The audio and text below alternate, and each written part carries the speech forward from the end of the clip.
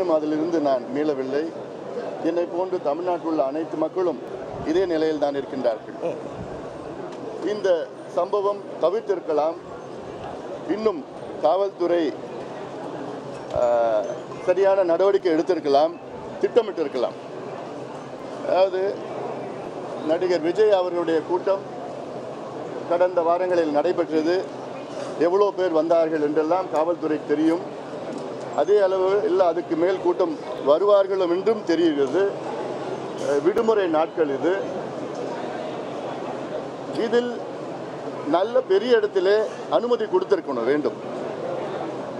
இன்னும் சொல்ல போனால் ஒரு மைதானத்திலே அனுமதி கொடுத்திருக்கலாம். ஒரு குறுகிய தெருவிலே அனுமதி கொடுத்து ஆயிரக்கணக்கான மக்கள் அங்கே நெரிசலில் தவிர்த்து, அது மட்டுமல்ல அரசியல் கட்சிகளும் பொறுப்புடன் நடந்து கொள்ள வேண்டும். நடிகர் விஜய் அவர்கள் கிட்டத்தட்ட 7 மணி நேரம் தாமதமாக வந்தார்கள் என்று அது ஒரு காரணமாக சொல்கிறார்கள். அரசியல் கட்சிகள் இது போன்ற கூட்டங்கள் நடத்தினால் அவருடைய தொண்டர்களுக்கு குடிநீர், உணவு, நிழல் இது போன்ற திட்டமிட வேண்டும். இது போன்றதெல்லாம் திட்டமிட வேண்டும். ஆக பொறுப்புடன் நடந்து கொள்ள வேண்டும். அது மட்டுமல்ல, பொதுமக்களும் பொறுப்புடன் நடந்து கொள்ள வேண்டும். இது போன்ற கூட்டங்களுக்கு குழந்தைகளை அழைத்து வரக்கூடாது, பெண்களை அழைத்து வரக்கூடாது.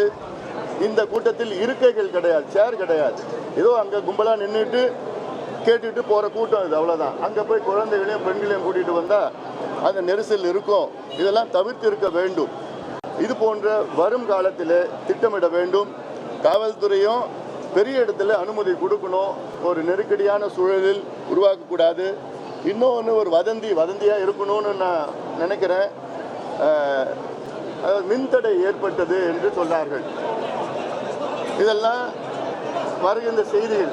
இதில் ஒரு தனிநபர், ஒரு கமிஷன் ஒன்று அறிவித்திருக்கின்றார்கள்.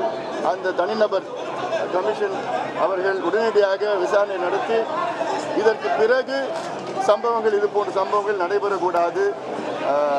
அதற்கு மிக தெளிவாக காவல்துறை இருக்க வேண்டும். அதற்கு காவல்துறை இன்டெலிஜென்ஸ் இது நிச்சயமாக அவர்கள் இதுக்கு பொறுப்பேற்க வேண்டும், அதிகமாக பொறுப்பேற்க வேண்டும்.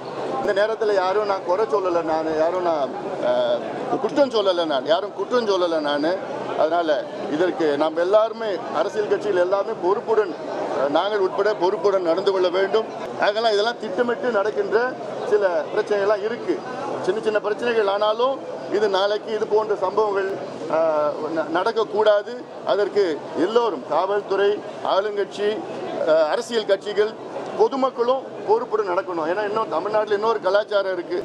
சினிமா கலாச்சாரத்தில் யாராவது ஒரு நகை கடை திறக்கிறதுனா அங்கே பார்த்தா ஒரு 10,000 20,000 பேர் கூடுவாங்க. அது யார் வந்தாலும் சரி, சீரியல் நடிகர்கள் வந்தாலும் சரி, யார் வந்தாலும் சரி, ஒரு கூட்டம் கூடுவாங்க. இந்த கலாச்சாரம் இருக்குது. அதனால் இதெல்லாம் கொஞ்சம் சிந்திக்க வேண்டும். இன்னும் எவ்வளோ வேலைகள் இருக்குது. இதெல்லாம் உள்ள வேதனையாக இருக்குது. அவங்கெல்லாம் பார்க்குறப்போ படுத்துட்டு இருக்காங்க, அடிபட்டு இருக்காங்க. ஒரு அம்மா ஒரு அன்கான்ஷியஸாக இருக்கிறாங்க. இதெல்லாம் ரொம்ப வேதனையாக இருக்குது.